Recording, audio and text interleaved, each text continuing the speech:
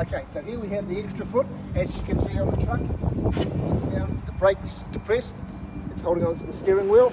And so now we can check the brake lights. Yep, the brake lights are working. But not only that, you can also listen.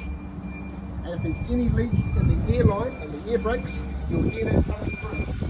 What the first thing about trucks is that the imbalance, so if you do have a leaking air with the air brakes, obviously the balance is wrong in the brakes.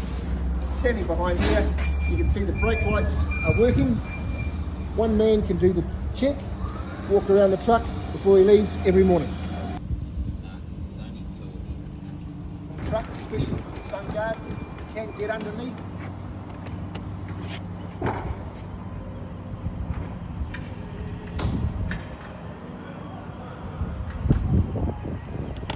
One of the good things about this little camera attachment here is you can clean cameras